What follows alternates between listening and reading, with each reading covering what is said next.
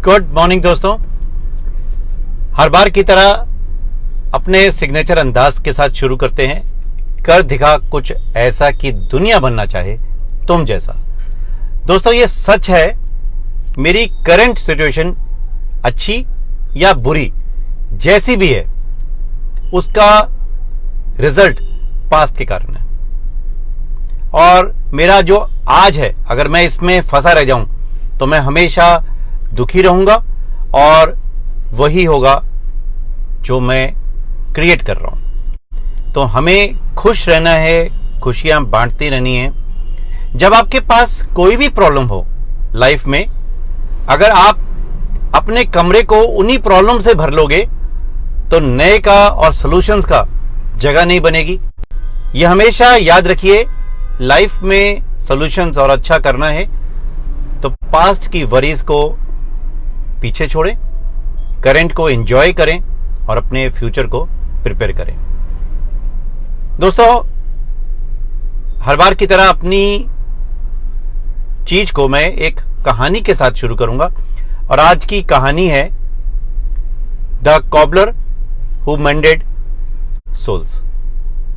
एक मोची जो आत्माओं को ठीक करता था। ये कहानी मुझे बहुत रिलेट करी, आप भी करेंगे। और मुझे ये कहानी इतनी अच्छी लगी कि मैं राइटर के पॉइंट ऑफ व्यू से खुद इस कहानी के माध्यम से आपको सुनाऊंगा। ये मैंने सोशल मीडिया पे कहानी पढ़ी थी और बहुत अच्छी करी और मुझे बहुत अच्छी टच करी ये कहानी। मैंने बहुत पसंद किया, रिलेट किया इस कहानी से और उम्मीद करता हूं कि आप भी करेंगे। Thanks to the writer for the wonderful message जो इस कहानी के माध्यम से हमें मिल रहा है। दोस्तों मेरे ऑफिस की बिल्डिंग के बाहर एक मोची, जिसको मैं प्रेम नाम दे देता हूं, कॉबलर कह लो पर मैं उसको नाम प्रेम दूंगा, प्रेम की दुकान थी। प्रेम अक्सर हर रोज सुबह उसी टाइम पर आता था और जब वो अपनी दुकान पर आता था तो उसके आसपास एक कुत्ता भी नजर आता था।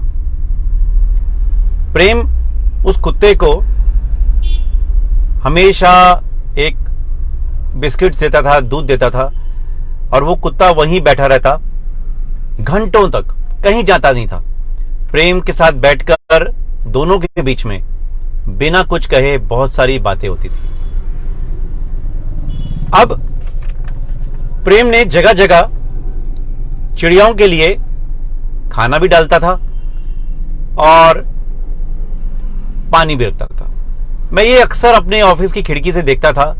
प्रेम अपने रूटीन में अक्सर वो काम रेगुलर करता था और पता नहीं उस बंदे में खास थी कि वो बहुत खुश रहता था। वो जो भी काम कर रहा था उसमें बहुत खुश था और उसके चेहरे पर हमेशा सेटिस्फैक्शन, कंटेंटमेंट रहती थी।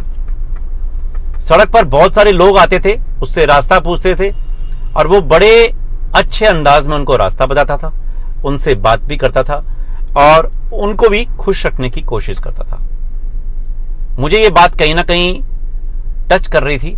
मैं बहुत दिनों से देख रहा था कि ये बंदा बहुत सही काम कर रहा है, जो भी कमा रहा है उससे वो बहुत खुश है।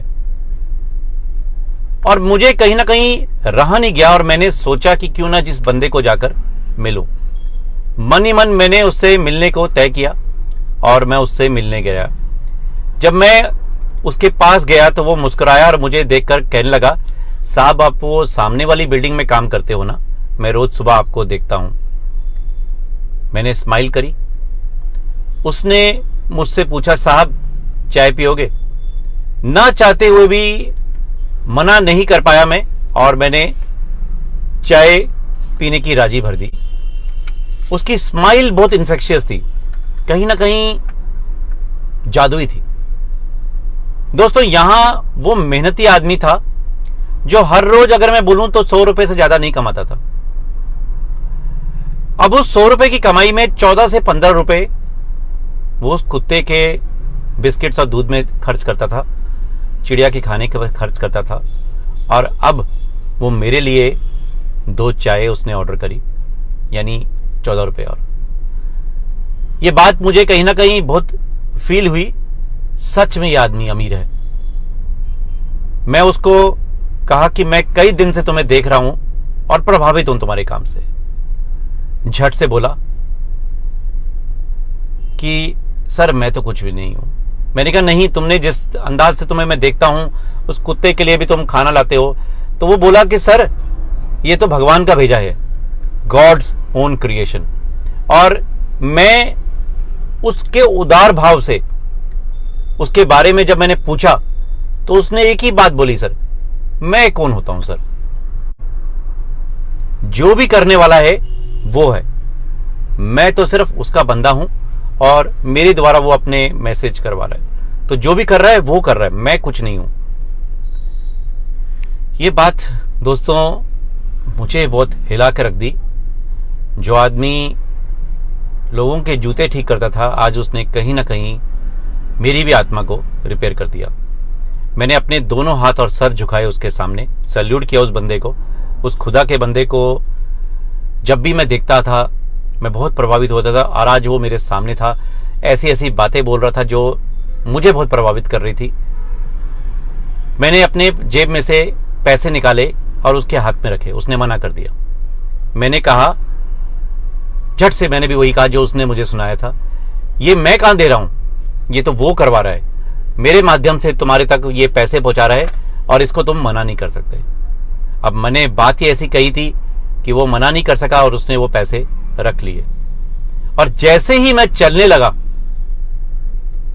तो वो मुस्कुराते हुए बोला, मांगो उसी से और बांटो खुशी से, और कहो न किसी से। एक बार फिर से बोलूंगा, मांगो उसी से, बांटो खुशी से, कहो न किसी से। दोस्तों लाइफ का एटीट्यूड भी ऐसा ही होना चाहिए। जब भी हाथ फैलाएं मांगने के लिए, उससे मांगे, और जितना हो सके अपनी समझ से भी बाहर हो सके तो बांटिए, क्योंकि देंगे जितना उतना लौट कर आपके पास आने वाला है। इस बंदे ने सच में मेरी आत्मा रिपेयर कर दी। ये कहानी हमें बहुत अच्छी सीख देती है।